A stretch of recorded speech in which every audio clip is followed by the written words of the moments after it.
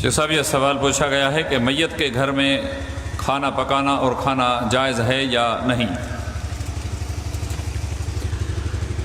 میت کو کھانا کھلانا چاہیے، اور اگر کھانا پکانے والا کھلانے والا کوئی نہ ہو تو بھوکے تو نہیں مریں گے، اپنے گھر میں وہ کھانا بنا سکتے ہیں تاکہ بچے اور جو بھی افراد خانہ ہیں وہ کھانا کھا سکیں۔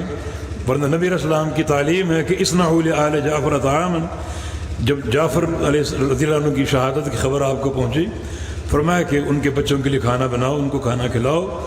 اس وقت وہ اتنے صدمے میں ہیں کہ کھانے پکانے سے بالکل غافل ہیں، تو کھانا ان کو کھلانا چاہیے، ان متاثرین کو جو میت سے متعلقین ہیں۔ ہمارے ہاں رواج یہ ہے کہ پھر سینکڑوں افراد اس کھانے میں شریک ہوتے ہیں جس کا کوئی شرعی اصل نہیں ملتا، بس جو صدمے سے دو چار ہیں بیچارے اہل خانہ، ان کو کھانا کھلانا چاہیے۔ اور اگر کھانا کھلانے والا کوئی بھی نہ ہو تو بعض جگہ مشہور ہے کہ ان کے گھر میں 3 دن آگ نہ جلے، یہ رسم بالکل باطل ہے، وہ اپنے لیے کھانا بنا سکتے ہیں۔